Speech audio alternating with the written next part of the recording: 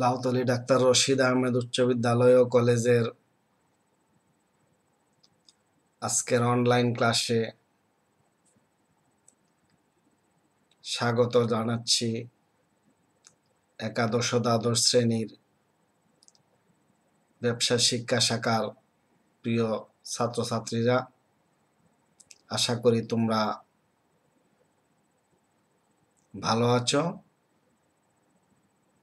আমি আজ হিসাব বিজ্ঞান দ্বিতীয় পত্রের তৃতীয় অধ্যায়ের নগদ প্রবাহ বিবরণী পাঠ নিয়ে তোমাদের সামনে উপস্থিত হয়েছি। আমি আফজাল আলম চৌধুরী। হিসাব বিজ্ঞান দ্বিতীয় পত্রের এই নগদ প্রবাহ বিবরণী বা ক্যাশ ফ্লো স্টেটমেন্ট, এটা আধুনিক হিসাব বিজ্ঞানের একটি পর্যায়। নগদ প্রবাহ বিবরণী আর্থিক বিবরণের একটি গুরুত্বপূর্ণ অংশ হিসাবে বিবেচিত। নগদ আগমন ক্যাশ ইনফ্লো ও নগদ নির্গমন ক্যাশ আউটফ্লো, এই দুটি সংক্রান্ত তথ্য এই বিবরণী হতে সরবরাহ করা যায়। প্রিয় শিক্ষার্থীরা, আমাদের আজকের আলোচ্য বিষয় নগদ প্রবাহ বিবরণী, সেটার প্রয়োজনীয়তাটা এখান থেকে তোমরা উপলব্ধি করতে পারো। এটা আর্থিক বিবরণীর একটি গুরুত্বপূর্ণ অংশ হিসাবে বিবেচিত হয়। নগদ প্রবাহ বিবরণীর ধাপসমূহ, কোন কোন ধাপে, কি কি ধাপে বা কয়টি ধাপে এই নগদ প্রবাহ বিবরণী প্রস্তুত করা হয়। 1. পরিচালন কার্যক্রম হতে নগদ প্রবাহ বিবরণী, cash flow from operating activities. 2. বিনিয়োগ কার্যক্রম হতে নগদ প্রবাহ বিবরণী, cash flow from investing activities. এবং 3. অর্থায়ন কার্যক্রম হতে নগদ প্রবাহ বিবরণী, cash flow from financing activities.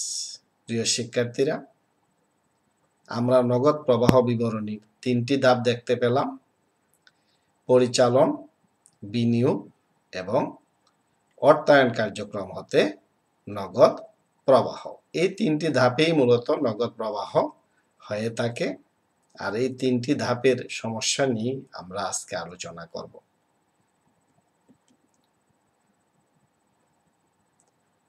নগদ প্রবাহ বিবরণীর প্রস্তুতের পদ্ধতি সমূহ, অর্থাৎ কোন কোন পদ্ধতিতে নগদ প্রবাহ বিবরণী প্রস্তুত করা যায়। আমরা জানি ইতিমধ্যেই, হয়তো তোমরাও ভালোভাবেই জানো যে 2টা পদ্ধতিতে নগদ প্রবাহ বিবরণী প্রস্তুত করা যায়। একটা হলো প্রত্যক্ষ পদ্ধতি, ডাইরেক্ট মেথড, আর একটা হলো পরোক্ষ পদ্ধতি, ইনডাইরেক্ট মেথড। তাহলে নগদ প্রবাহ বিবরণীর প্রস্তুত প্রণালী 2 প্রকারের, অর্থাৎ 2টা ধাপে 2টা পদ্ধতিতে, 2টা ধাপে না 2টা পদ্ধতিতে। আর ধাপের ক্ষেত্রে বলা হয়েছে 3টি ধাপে। এদিকে পদ্ধতি কয়টা ব্যবহার করি আমরা?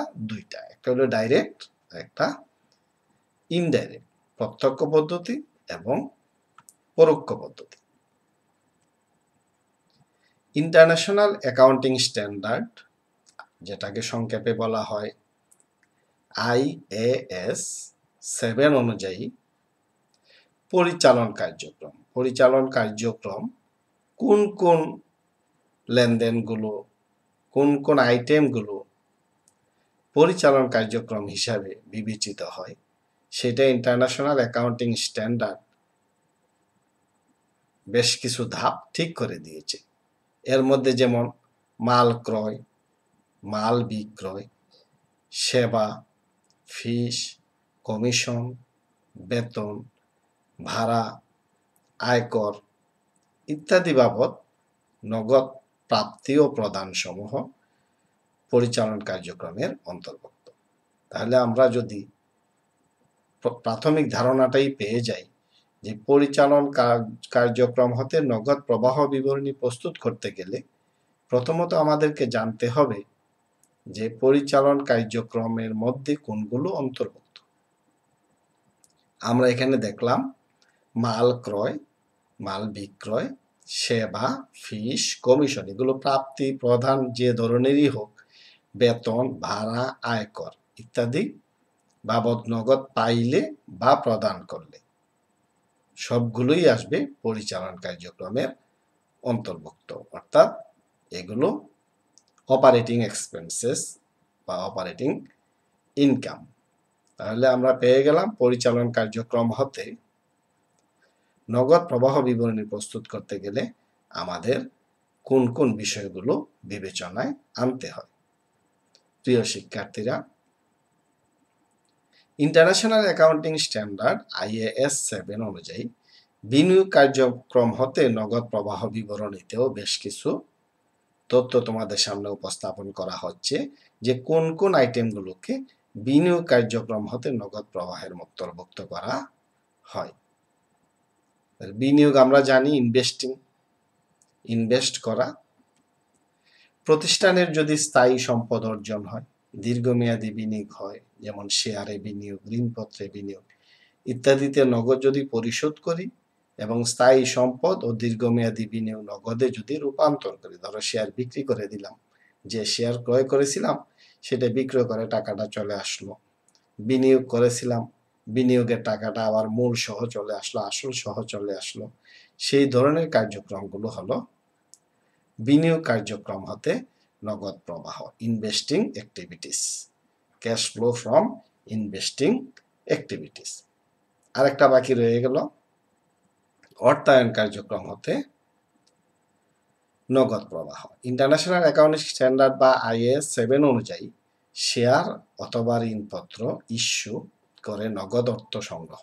আমরা কোনো কোম্পানিকে শেয়ার ইস্যু করতে দেখি তারা মূলধন সংগ্রহ করে, মূলধন সংগ্রহ করতে গিয়ে এই শেয়ার ইস্যু করে নগদ টাকা কালেকশন করে, নোট, বন্ধকি ঋণ, বন্ড ইত্যাদি ছাড়ার মাধ্যমে নগদ টাকা বা অর্থ সংগ্রহ করে।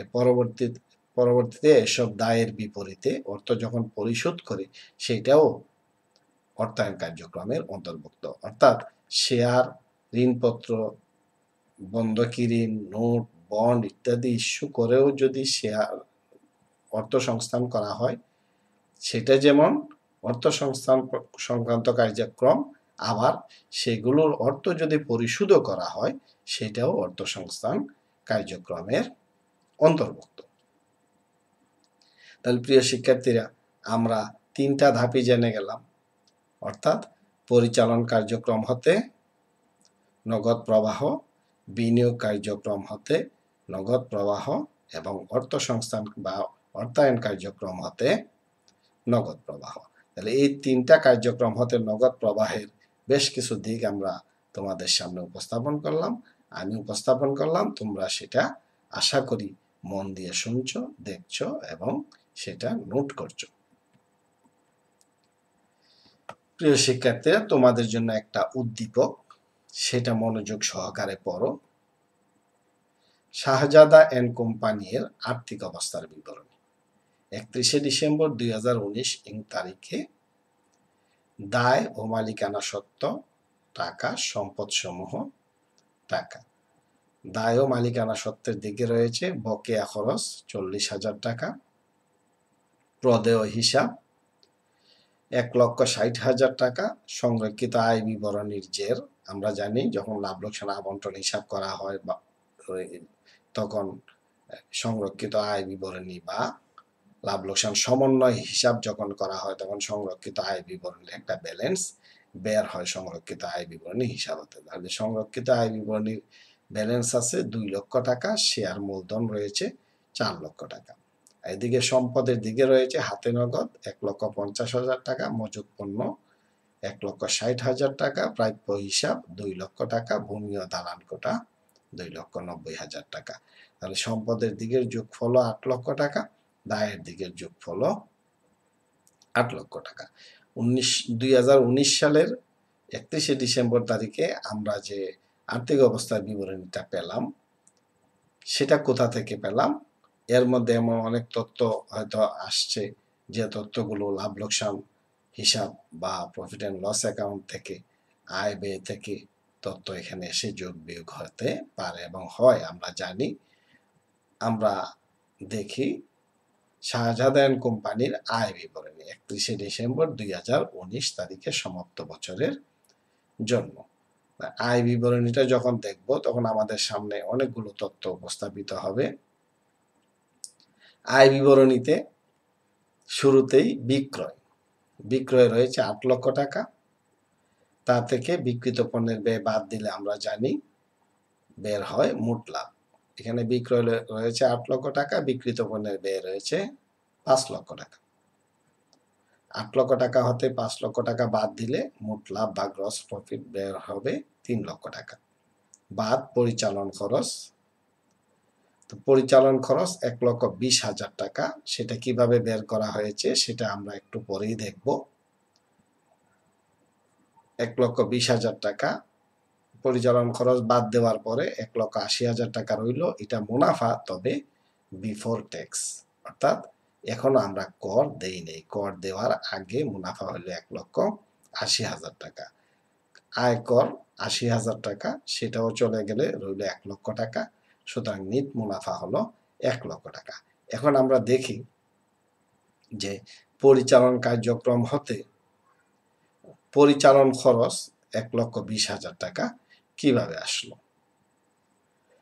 এই পরিচালন খরচগুলো যেভাবে আসছে বা যে যে তথ্য আছে, অন্যান্য তথ্যগুলো এখানে দেখো। প্রদেয় হিসাব বৃদ্ধি পেয়েছে ধারে ক্রয়ের কারণে। প্রদেয় হিসাব কেন বৃদ্ধি পেয়েছে? ধারে ক্রয়ের কারণে। নগদ লভ্যাংশ ঘোষণা ও প্রদান 80,000 টাকা। এই দুইটা তথ্যের সাথে যুক্ত করা হলো। এখন তোমাকে করতে বলা হলো যে প্রাপ্য হিসাবের নিকট হতে নগদ প্রাপ্তির পরিমাণ নির্ণয় করো। ক হলো প্রাপ্য হিসাবের নিকট হতে নগদ প্রাপ্তির পরিমাণ নির্ণয়। খ প্রত্যক্ষ পদ্ধতিতে পরিচালন কার্যক্রম হতে নগদ প্রবাহের পরিমাণ নির্ণয়। গ বিনিয়োগ কার্যক্রম হতে নগদ প্রবাহের পরিমাণ এবং অর্থায়ন কার্যক্রম হতে নগদ প্রবাহের পরিমাণ নির্ণয়। তাহলে আমাদের প্রাপ্য হিসাবের নিকট হতে নগদ প্রাপ্তির পরিমাণ নির্ণয় দিয়ে শুরু করতে হবে।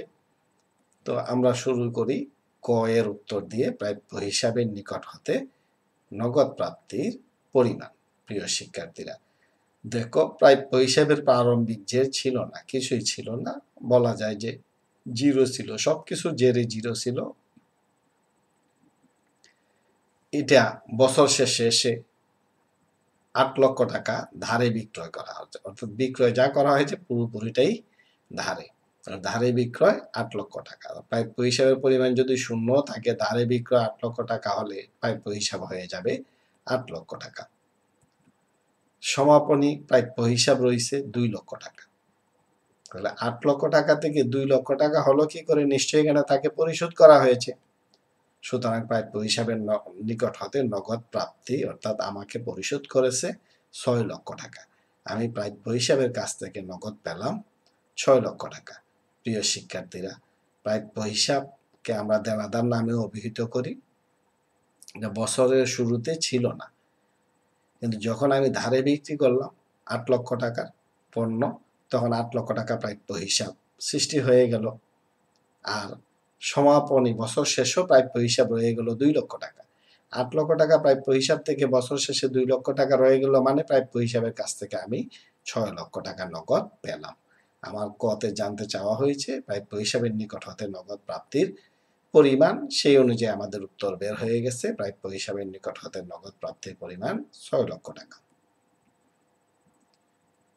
খ নগদ প্রবাহ বিবরণী প্রত্যক্ষ পদ্ধতিতে। খতে করতে বলা হয়েছে পরিচালন কার্যক্রম হতে নগদ প্রবাহ।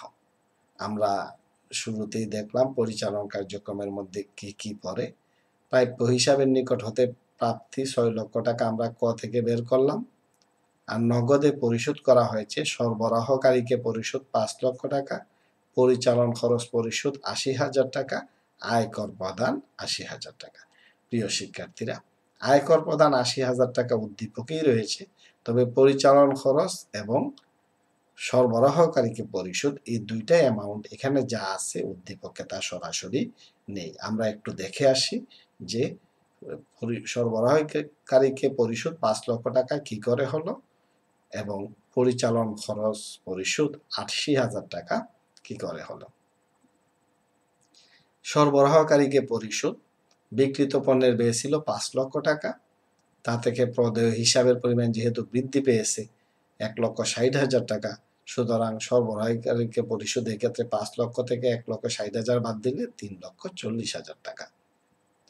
আর মজুদ পণ্য রয়ে গেছে, মজুদ পণ্যের পরিমাণ রয়ে গেছে মানে সেটাই বৃদ্ধি পেয়েছে, শুরুতে কোনো মজুদ পণ্য ছিল এমন কোনো তথ্য এই উদ্দীপকে দেওয়া হয় নাই। সুতরাং মজুদ পণ্যের বৃদ্ধি ১,৬০,০০০ টাকা, ৩,৪০,০০০ এবং ১,৬০,০০০ টাকা যোগ করলে ৫ লক্ষ টাকা, অর্থাৎ সরবরাহকারীকে পরিশোধ করছি আমরা ৫ লক্ষ টাকা। আমরা পেয়ে গেলাম যে তথ্যটা আমাদের কিছুটা খটকা লেগছিল যে এই তথ্যটা কোথা থেকে আসলো ৫ লক্ষ টাকা, উদ্দীপকের কোথাও তো সেটা ছিল না। প্রিয় শিক্ষার্থীরা, উদ্দীপকে আরেকটা বিষয় সরাসরি ছিল না, সেটা হলো পরিচালন ব্যয় পরিশোধ। দেখো পরিচালন ব্যয় পরিশোধ আমরা কিভাবে বের করলাম। পরিচালন খরচ রয়েছে ১,২০,০০০ টাকা আর বকেয়া খরচ বৃদ্ধি পেয়েছে ৪০,০০০ টাকা। যদি ৪০,০০০ টাকা বকেয়া খরচ বৃদ্ধি পেয়ে থাকে তো নিশ্চয়ই ৪০,০০০ টাকা পরিশোধ করা হয় নাই, তাই বকেয়া রয়েছে। তাহলে ১,২০,০০০ থেকে ৪০,০০০ টাকা যদি বকেয়া থেকে যায় তাহলে আমরা নগদে পরিশোধ করছি কত টাকা? ৮০,০০০ টাকা। আশা করি তোমাদের কাছে এটা এখন পরিষ্কার। আমরা আবার সেটা দেখে আসি যেখানে আমাদের এই দুইটা তথ্য সরাসরি ছিল না, আমরা এই দুইটা তথ্য দেখে নিলাম। প্রিয় শিক্ষার্থীরা, প্রত্যক্ষ পদ্ধতিতে নগদ প্রবাহ বিবরণীতে আবার আমরা ফিরে আসি। পরিচালন কার্যক্রম হতে নগদ প্রবাহ, প্রাপ্য হিসাবের নিকট হতে প্রাপ্তি ৬ লক্ষ টাকা আমরা কতে বের করেছি। আর নগদে পরিশোধ একটু আগেই দেখাইলাম আমি, সরবরাহকারীকে পরিশোধ ৫ লক্ষ টাকা কি করে হলো, আর পরিচালন খরচ পরিশোধ ৮০,০০০ টাকা কি করে হলো। আর আয়কর প্রদান সরাসরি উদ্দীপকেই রয়েছে যে ৮০,০০০ টাকা। ৫,৮০,০০০ এবং ৮০,০০০ যোগ করলে ৬,৬০,০০০ টাকা। ৬ লক্ষ টাকা হতে ৬,৬০,০০০ টাকা বাদ দিলে মাইনাস ব্যালেন্স বের হয়। সুতরাং পরিচালন কার্যক্রম হতে নগদ আমার যা এসেছে তার চেয়ে ৬০,০০০ টাকা বেশি চলে গেছে। আমরা এই তথ্যই বের করতে পারলাম যে পরিচালন কার্যক্রম হতে নগদ প্রবাহের ক্ষেত্রে আমার মাইনাস ব্যালেন্স বের হয়েছে ৬০,০০০ টাকা। প্রিয় শিক্ষার্থীরা, আমরা গ এর সমাধানে যাই। গ এর সমাধানে ছিল নগদ প্রবাহ বিবরণী প্রস্তুত করো প্রত্যক্ষ পদ্ধতিতে। সেখানে দুইটা তথ্য জানতে চেয়েছিল। একটা হলো বিনিয়োগ কার্যক্রম হতে নগদ প্রবাহ। তো বিনিয়োগ বলতে আমরা এর আগেই বলছি বিনিয়োগে কি কি তথ্য থাকে, এর মধ্যে একটি তথ্যই আছে উদ্দীপকে, সেটা হলো ভূমি ও দালান কোঠা ক্রয়। তো ভূমি ও দালান কোঠা ক্রয় রয়েছে 2,90,000 টাকা। সুতরাং বিনিয়োগ কার্যক্রমে এই একটা তথ্যই আছে, এটাই বিনিয়োগ কার্যক্রম হতে নগদ প্রবাহ, অর্থাৎ 2,90,000 টাকা। আর অর্থায়ন কার্যক্রম হতে নগদ প্রবাহের ক্ষেত্রে দুইটা তথ্য আছে। একটা হলো লভ্যাংশ প্রদান ৮০,০০০ টাকা, এটা চলে গেছে। আর শেয়ার মূলধন ইস্যু ৪ লক্ষ টাকা, সেটা আসছে। তাহলে ৪ লক্ষ টাকা থেকে ৮০,০০০ টাকা বাদ দিলে অর্থায়ন কার্যক্রম হতে নগদ প্রবাহের পরিমাণ 3,20,000 টাকা। প্রিয় শিক্ষার্থীরা, আমরা আমাদের ক, খ এবং গ এর সমাধান যথাযথভাবে করতে পেরেছি বলে আশা করি। তোমরা বুঝতে পেরেছো এটা আশা করব, এবং তোমরা বারবার প্র্যাকটিস করলে এই ক, খ এবং গ এর সমাধান তোমরা নিজেরাই করতে পারবে, কোনো সমস্যা হবে না ইনশাআল্লাহ। প্রিয় শিক্ষার্থীরা, আমরা এতক্ষণ যা করলাম তোমরা কি এখন বলতে পারবে নগদ প্রবাহ বিবরণী প্রস্তুতের পদ্ধতি কয়টি ও কি কি? অবশ্যই তোমাদের মনে আছে। আর এখন আমি নিজেই একটু আগে তোমাদের সাথে আলাপ করেছি নগদ প্রবাহ বিবরণী প্রস্তুতের পদ্ধতিগুলো প্রত্যক্ষ এবং পরোক্ষ। অর্থসংস্থান কার্যক্রমের 5টি উদাহরণ, আমি বেশ কয়েকটি উদাহরণ তোমাদেরকে দিয়েছি। তোমরা এই আমার এই ক্লাসটা বারবার রিভিউ দেখলে দেখবে এগুলো 5টা না আরো বেশি উদাহরণ তোমরা দিতে পারবে, এবং সেটা অবশ্যই তোমাদেরকে মনে রাখতে হবে কোন কোন কার্যক্রমগুলো অর্থসংস্থান সংক্রান্ত কার্যক্রম বা অর্থায়ন সংক্রান্ত কার্যক্রম। বিনিয়োগ কার্যক্রম হতে নগদ প্রবাহ এর ৩টি উদাহরণ দাও। কোন কোন কার্যক্রমগুলো বিনিয়োগ কার্যক্রম? এরকম বেশ কয়েকটি উদাহরণ দিয়ে আমি তোমাদের সাথে আলোচনা করেছি প্রাথমিক পর্যায়ে। সুতরাং সেখান থেকে তোমরা ৩টা অথবা নিজের মতো করে আরো ৩টা তোমরা বের করতে পারো যে ৩টা কার্যক্রম বিনিয়োগ কার্যক্রম হতে নগদ প্রবাহের অন্তর্ভুক্ত হয়। আমি আশা করব তোমরা এই প্রত্যেকটি উত্তরই আজকে নিজে নিজে লিখতে পারবে তোমাদের নোট খাতায়, এবং এটা অবশ্যই লিখে রাখবে। প্রিয় শিক্ষার্থীরা, এই করোনা ভাইরাস কোভিড-19 এর সময়ে এসে আমরা অনলাইনে ক্লাস নিচ্ছি। তোমরা নিজ নিজ বাড়িতে থেকে পড়ালেখা করছো, তারপরও সবাই নিরাপদ থাকতে পারছে না, কারণ এই করোনা ভাইরাস চোখে দেখা যায় না। শুধু চোখে দেখা যায় না, না এটার ছড়িয়ে পড়ার যে ব্যবস্থা, এটা অনেকটা দুঃসাধ্য ঠেকানোর ব্যাপার। তারপরও আমরা নিজেদের মতো নিজেরা সাবধানতা অবলম্বন করে যতটুকু সম্ভব মাস্ক পরে ঘর থেকে বের হতে হবে, এবং নিরাপদ দূরত্ব বজায় রাখতে হবে। বিনা প্রয়োজনে ঘর থেকে বের হওয়ার কোনো প্রয়োজন নাই, অযথা ঘোরাঘুরির প্রয়োজন নাই। ঘরে বসে তোমরা তোমাদের পড়ালেখা চালিয়ে যাও, দৈনন্দিন কাজকর্ম যা প্রয়োজন সেগুলো করো। পাশাপাশি মাদকের যে ভয়াবহ থাবা আমাদের সমাজের উপর পড়েছে, তা থেকে রক্ষা পেতে সবাইকে ঐক্যবদ্ধ হতে হবে। মাদক সেবীদের সাথে চলাফেরা করা যাবে না, যাদের আচরণে ব্যাপক পরিবর্তন পরিলক্ষিত হয়। খেয়াল করবে তারা কোনো না কোনোভাবে কোনো না কোনো মাদকের সাথে জড়িয়ে পড়তে পারে। আপনজন হলে অবশ্যই প্রতিকারমূলক ব্যবস্থা নেবে, যাতে নিজেদের পরিবার, নিজেদের সমাজ শান্তিপূর্ণ থাকতে পারে। আমরা সুখে শান্তিতে বসবাস করতে চাই। এই জীবনে মাদকের কোনো ছোঁয়া আমরা চাই না। সুতরাং মাদককে আমরা সবাই না বলবো। মাদক মানুষের নৈতিকতাকে নষ্ট করে দেয়, আর মানুষ হিসাবে নৈতিকতা নষ্ট হলে মানুষ আর মানুষ থাকে না, পশুতে পরিণত হয়। সুতরাং প্রিয় শিক্ষার্থীরা, তোমরা মাদক থেকে দূরে থাকবে এবং বর্তমান যে কোভিড-19 পরিস্থিতি, সেই পরিস্থিতিতে সমস্ত নিয়ম কানুন মেনে চলবে।